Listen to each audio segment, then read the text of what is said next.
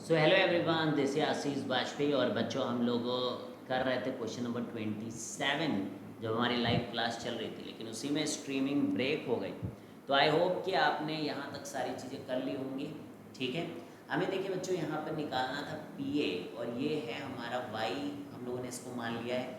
और ये देखिए पी एल तक हम लोगों ने जो है इसको एक्स माना था पीछे। अगर आप पीछे जाएंगे बच्चों आखिरी के 2-3 मिनट के वीडियो में, तो इसके बारे में डिस्कशन हुआ है। तो 10 सेंटीमीटर रेडियस था, और ये पूरा पी ए बी जो कॉर्ड थी उसका लेंथ था 16 सेंटीमीटर। एल ने उसको बाइसेक्ट करता है बच्चों, आपको पता ही है ना कि पी एल जो है बाइसेक्टर की तरह एक्ट करता है, perpendicular bisector. So this is 8। From there we have figured out कि ओ एल कितना होगा। ठीक है, तो ये देखिए यहाँ पे ट्राइंगल बनाया था मैंने, 8, 10 और 6 आपको दिखा दिया यहाँ पर। जिसके बाद हमने एक ये ट्राइंगल लिया बच्चों। ठीक है, ये वाले ट्राइंगल में ये वाई है, ये 10 है, और ये 90 डिग्री है ही है क्योंकि ये टेंजेंट है और ये रेडियस है, और ये x प्लस 6 है। तो इसके अंदर हम लोगों ने x प्लस 6 का whole square is equal to Y square plus 100 ऐसा बच्चों काम किया था। ठीक है, we have done this thing. तो अब उसके बाद जो नेक्स्ट बात आई बच्चों, एक दूसरा ट्राइंगल भी था हमारे पास। ठीक है, ट्राइंगल पी एल बी, उसमें आप देखो तो एक्स स्क्वायर प्लस 8 का square is equal to Y square, क्योंकि ये 90 डिग्री, ये वाली चीज़ 90 डिग्री। तो ये और ये को यूज़ करके, यानी कि इस वाई स्क्वायर की जगह हम लोगों ने एक्स स्क्वायर प्लस 64 डाला। तो अब आप देखोगे बच्चों कि आपके पास x की वैल्यू जो है, x की वैल्यू आपके पास 32/3 आई। क्या आएगी? 32/3 आ गई। अब हमें यहाँ पर y भी निकालना है, तो आप इसके अंदर चले जाओ। ठीक है, तो आपको y मिल जाएगा। तो Y square is equal to X square plus 64। तो Y square is equal to X square is equal to 32 का होल स्क्वायर बाई 3 का स्क्वायर, है ना, यही तो आया। 32/3 आया बच्चों ना शायद। हाँ बिल्कुल सही। तो ये आपको प्लस 64 करना है। तो अब आपको वाई स्क्वायर निकालना है। तो बहुत ही सिंपल है, आप 32 को बच्चों यहाँ से कॉमन ले लो, तो ये 32/9 कहलाएगा। और यहाँ से जब 32 चला जाएगा तो ये 2 कहलाने लगता है। और इस कारण से this is 32 plus 18 divided by 9 कहला रहा है। तो 32 प्लस 18 यानी कि 40 एक 50। तो Y square is equal to 32 into 50 upon 9 कहला रहा है। तो ये 2 यहाँ से कॉमन लिया हमने, और इसको कहा 16 बन जाओ। इसको बोला भाई तुम 2 बन जाओ, तुम 25 हो जाओगे। स्क्वायर्स बनाएंगे हम, यहाँ पर बैठ के स्क्वायर बना रहे हैं। ये 4 हो गया। अब यहाँ y का अंडर रूट, ये बेचारा 2, ये 4, ये 5, ये 3, ये लो। तो ये आपका 40/3 बच्चों सेंटीमीटर यहाँ पर आंसर आ गया। तो इस तरीके से क्या आप देख पा रहे हो बच्चों, क्वेश्चन नंबर 27 इज 40/3। ठीक है, दिस इज डन।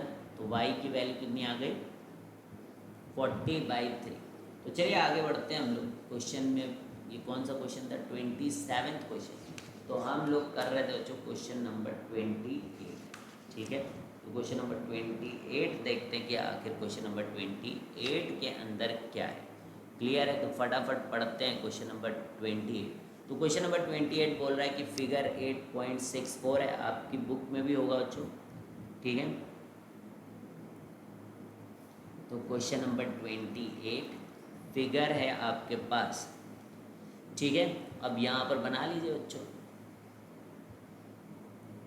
यहाँ से एक डाला, इस तरह के तो कितने ही क्वेश्चन करें बच्चों इस तरीके के फिगर के। तो ये P है, ये A है मेरे दोस्तों, ये L है, L जहाँ से आपने एक और टेंजेंट डाली है L, और ये टेंजेंट मिलती है N पे। ठीक है, इसको अभी कितने बार किया बच्चों। ठीक है, और ये है M। अब यहाँ पर देखिए आपको क्या प्रूफ करना है बच्चों, PL plus LM।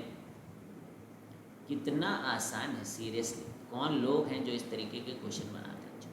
PN plus MN। ठीक है, ये आपको प्रूफ करना है। CBSE 2010 का ये सड़ेला सा सवाल है बच्चों। तो सबसे पहले आप बोलोगे कि देखो यहाँ पर एक्सटर्नल टेंजेंट थ्योरम लगाओ, L से ETT लगाओ। तो AL की वैल्यू सब कोई बोल रहा है बच्चों, LM के बराबर हो रही है आजकल, ठीक है, AL बराबर LM। इसी तरीके से N से भी आप ETT लगाओगे बच्चों, बाहर पड़ा हुआ है N, चिल्ला चिल्ला के कह रहा है कि मैं भी वैसा ही दिखता हूँ। तो इसने कहा कि भाई NB बराबर NM कर दो, ठीक है, तो ये दोनों बराबर हो गए, NB बराबर NM, ठीक है, और ये बोल रहा है AL बराबर LM। अब देखो P भी कह रहा है कि मैं भी तो ETT लगा सकता हूँ, मैं भी तो बाहर दो टेंजेंट ड्रॉ कर रहा हूँ, तो मेरा नाम लिखो PA बराबर PB, ठीक है भाई। तो PA को कैसे लिख सकते हो, तोड़ के लिखेंगे, और कैसे लिखेंगे PL प्लस LA, और PB को कैसे लिखेंगे PN प्लस NB, ठीक है, बहुत बढ़िया सुंदर। PL चल रहा है बच्चों, ये तो चाहिए ही था।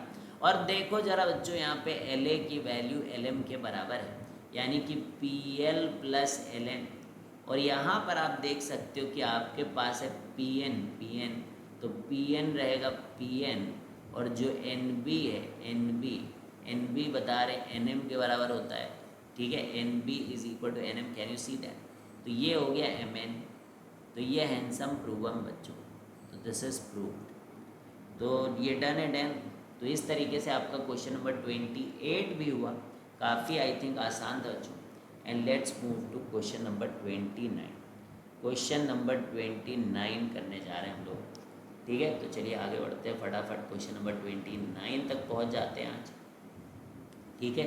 तो क्वेश्चन नंबर 29 में एक फिगर दिया गया है आपको, ठीक है, there is one figure 8.65, I think सब लोग वो फिगर देख पा रहे हो।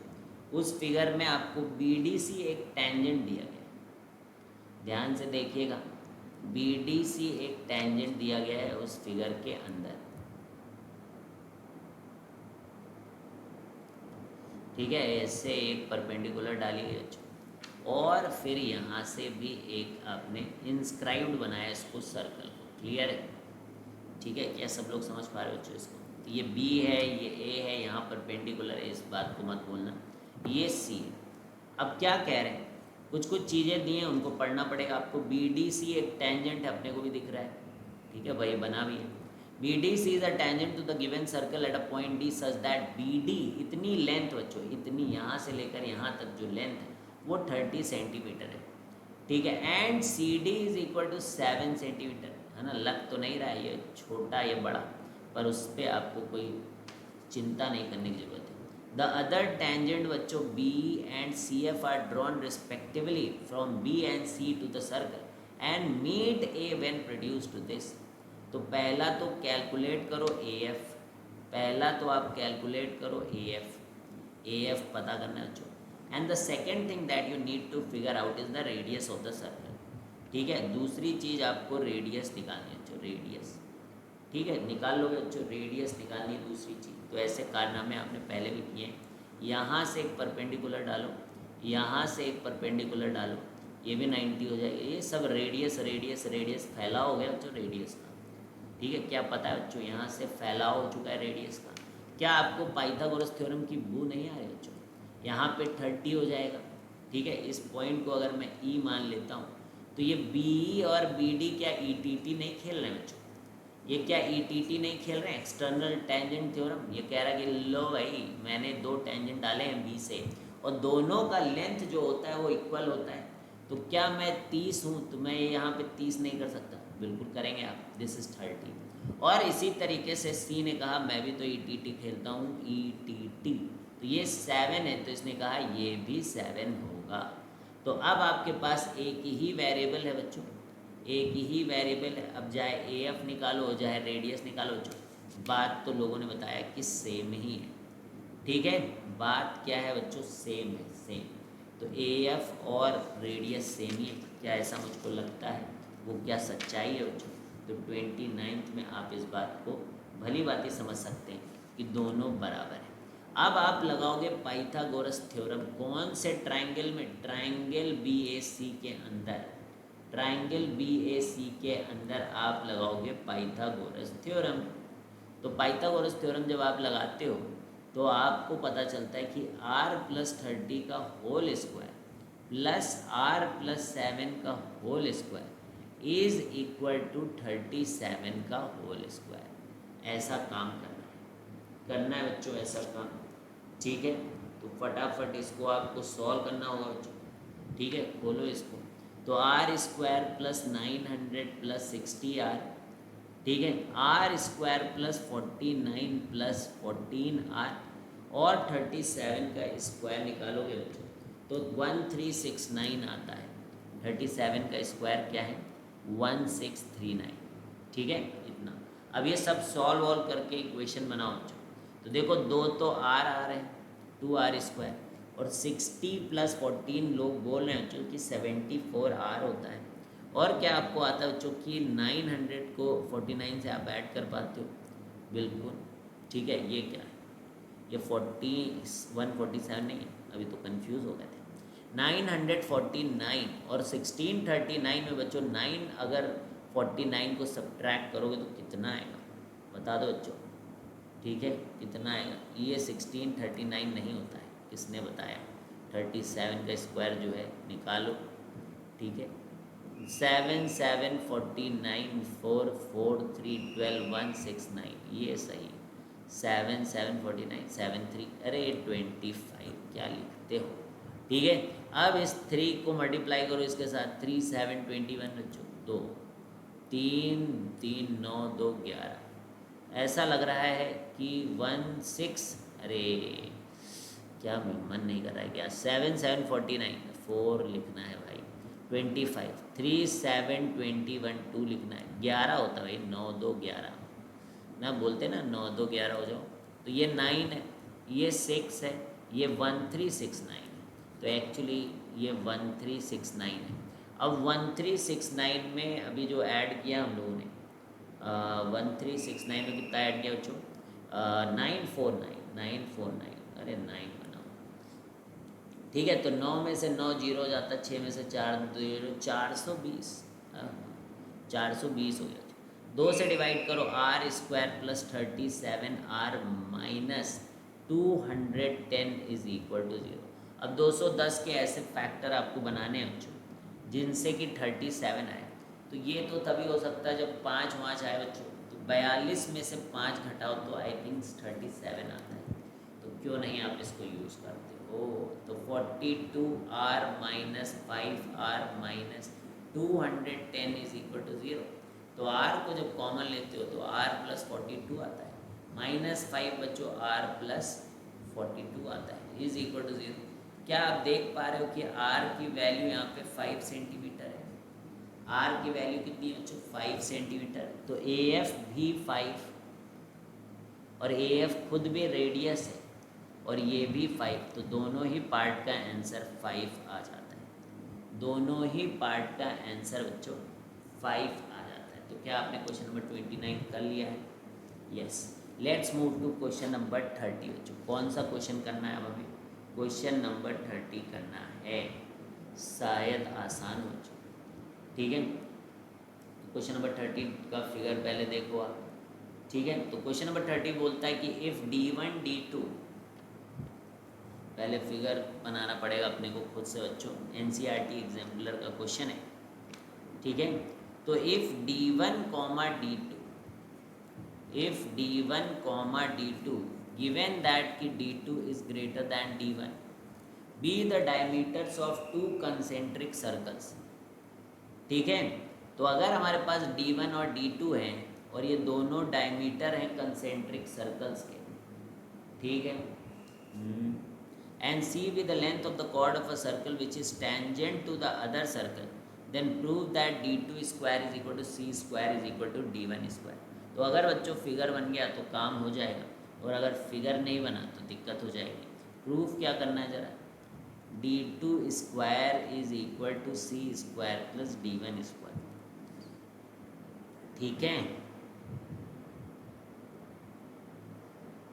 तो देखो क्या बोल रहे हैं, फिर से पढ़ो भाई।